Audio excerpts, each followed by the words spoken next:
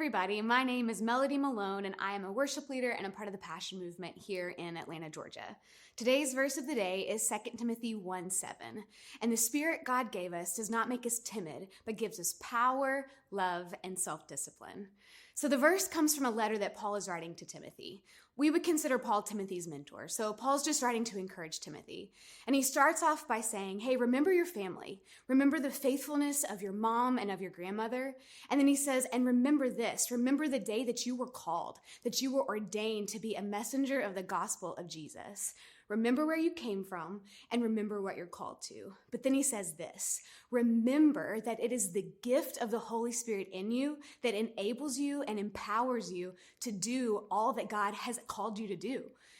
Remember, Timothy, that it is useless to try and serve God without the power of the Holy Spirit.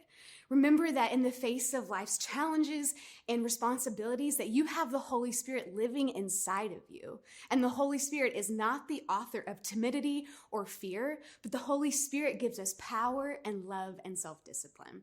Power to do what? Power to do what God calls us to do, to face obstacles, to overcome disappointments.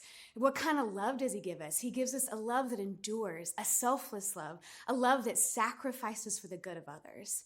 And then what does he mean by self-discipline? Another translation says a sound mind here. And so I think he's just saying the Holy Spirit, he gives us a wisdom that guides our use of this power and this love.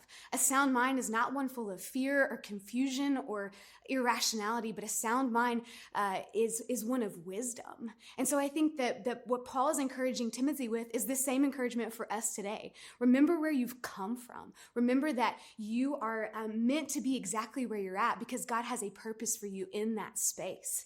And remember that God says, if I'm going to call you to do it, I'm going to give you everything you need to do it through the power and the presence of my Holy Spirit.